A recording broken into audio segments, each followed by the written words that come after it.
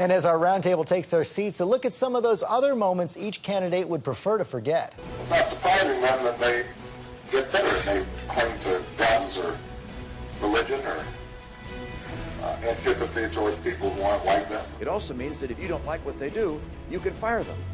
I like being able to fire people who provide services to me. I'm not concerned about the very poor. We have a safety net there. My wife's election, yeah. This time my election, I have more flexibility. Yeah, I understand. I trust this. We're joined this morning by former governor of Arkansas, Mike Huckabee, now the host of Huckabee on the Fox News Channel, Huckabee Report on syndicated radio.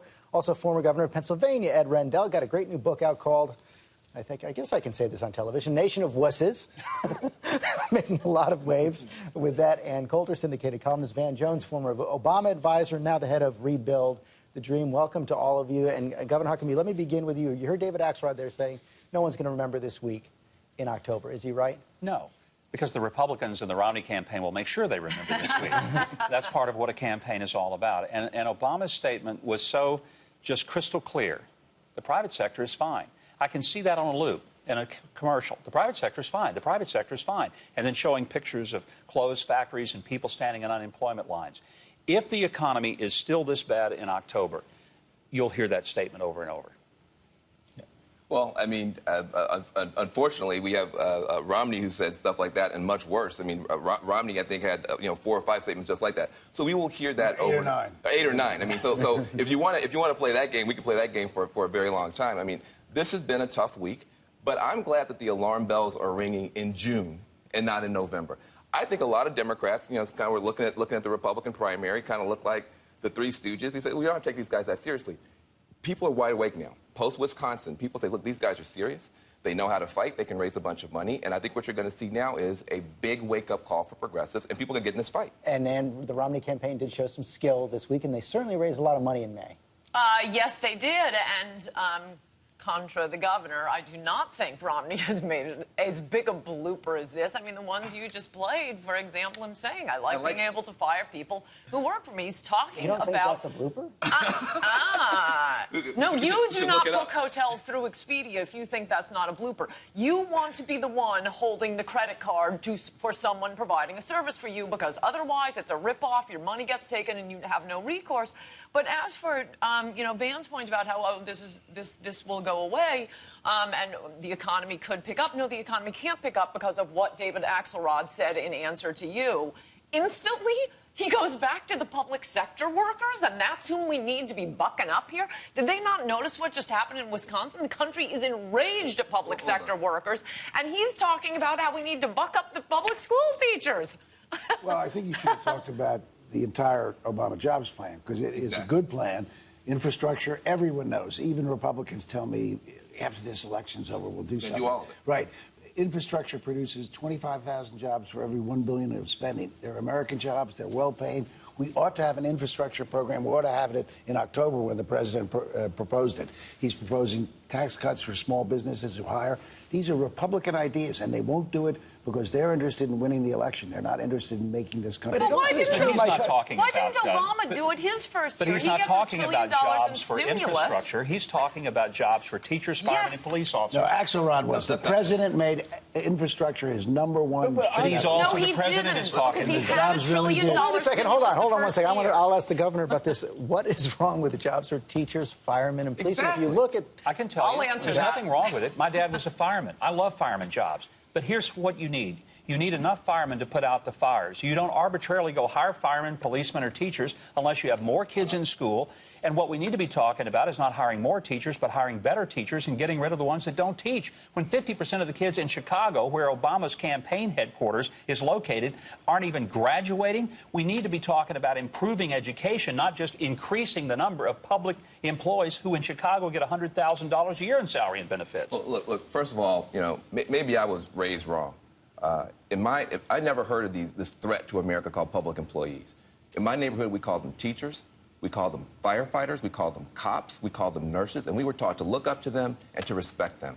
And for it to now be a punching bag to people like my father and my mother, who were public school teachers, who did not make $100,000 a year, whatever you just said, and nothing near it, for them to become a punching bag is wrong. Furthermore, I think we need to take a big step back here. When you have the amount of pain that's happening in the country, the Republican Party has not only been missing in action, they won't pass their own bills to help Americans right now. They won't pass their own ideas to help small businesses right now. Why? Because their gain will come when America has more pain. It's like having a lifeguard trying to help people. They're rooting for failure? I say they're rooting for failure. It's like having a lifeguard. Obama's a lifeguard trying to help people drowning. These guys are sitting back on the rock hoping more people drown. And George, that's wrong. It's morally wrong. Quickly, ask any resident of any city in America whether they have enough police. Ask the police chief. They're cutting police and they're endangering safety on the streets. Ask anybody 42 kids in the who lives in a classroom. neighborhood where that firehouse is closing whether there are too many firemen.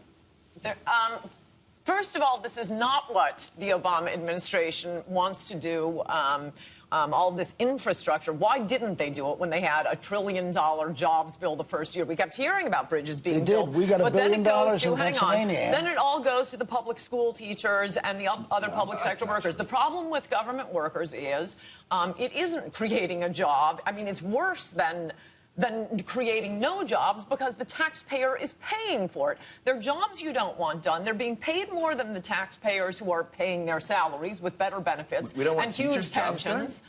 We want to be able to fire bad teachers, and we want them to teach more. I mean, this idea, it's always less work for the public school But do you think we should have less policemen and less firemen? It's always firemen first, and then somehow we end up with 17, diversity coordinators at the public school. You want less firemen and less policemen? Less firemen, less policemen. The question is it the federal government's responsibility to provide the firemen, the policemen, and the teachers? I thought that was a state and city function last time I checked. And we're going to be hearing that debate for the next 6 months. I do want to get into one other point firemen retiring coming here. at 50 the president's with 90% pensions has also taken a lot of heat for this focus on Bain.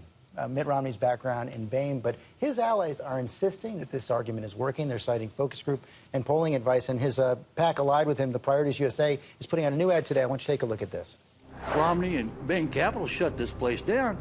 They shut down entire livelihoods. This was a booming place, and Mitt Romney and Bain Capital turned it into a junkyard, just making money and leaving. They don't live in this neighborhood. They don't live in this part of the world.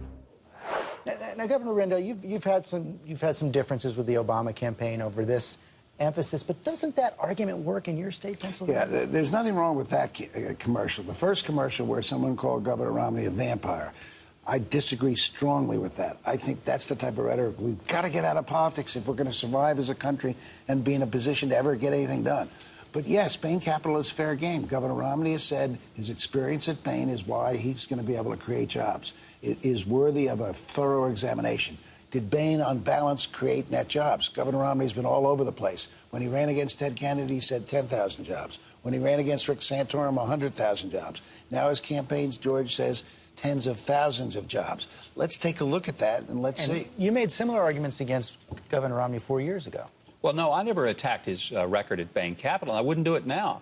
Didn't you say you reminded people of the guy that fired their dad? I never said Mitt Romney. I was just talking about sometimes an opponent. But let me tell you what I would say. Here's the thing. In every case, it was that he created jobs. But you know what I think we forget? It is not the purpose of a business to, quote, create a job. It's the purpose of a business to make a profit. Well, and out of the profits, the jobs are created. But don't then say that makes you the job creator. But he's You know how to not saying create that. jobs. Percent of the cases that Bain invested, they made jobs and created wealth for people, and they made it possible for people to go to work. Candidate for somebody who wants to help rich Mike, people make more wealth. That's great. No. Don't say But you're a job creator. wealth is the creation of a job for people who are working in a Staples store or who work at any types of the industries that Bain Capital invested Mike, in. do you think... you talked about the life preserver. Yes. I think Obama is throwing concrete blocks out there to the people who are drowning by creating a business environment where people can't survive. Let me ask you a question. Will Bain agree to open up all its records We can so solve we this can tomorrow. see how many Will the jobs White House were open up all its Strawman records and tell us who argument. leaked that stuff to the New York Times? It's not just that I was magnificent at Bain and I should be president. It's that Romney has had a Midas touch with everything he's Massachusetts? done. Hang on. Come on. You keep interrupting me. I'm going to get through. First of all, yes, as governor of Massachusetts with an 85% Democratic legislature, he's slashed spending, which is what our federal government needs. He didn't like his health care plan in Massachusetts. Great health care plan. Let me finish. Then at Bain, about 75-80% of the businesses that were going bankrupt, he does turn around. He's a green eye shade kind of guy. He will do what no president, not even Ronald Reagan, has ever never done it, is go through the budget and cut the spending, and there's a lot to be cut. And the Olympics, which was also going bankrupt, and it's an enormous enterprise, and the Midas touch man comes in and turns around this nearly bankrupt institution. It is not just Bain. It is everything he touches. And these ads are unfair because and they keep changing them, I notice, because if you look at what he's actually done and who's talking here, they're always the president of the union that shut down a plant in a business that was going out of bankrupt.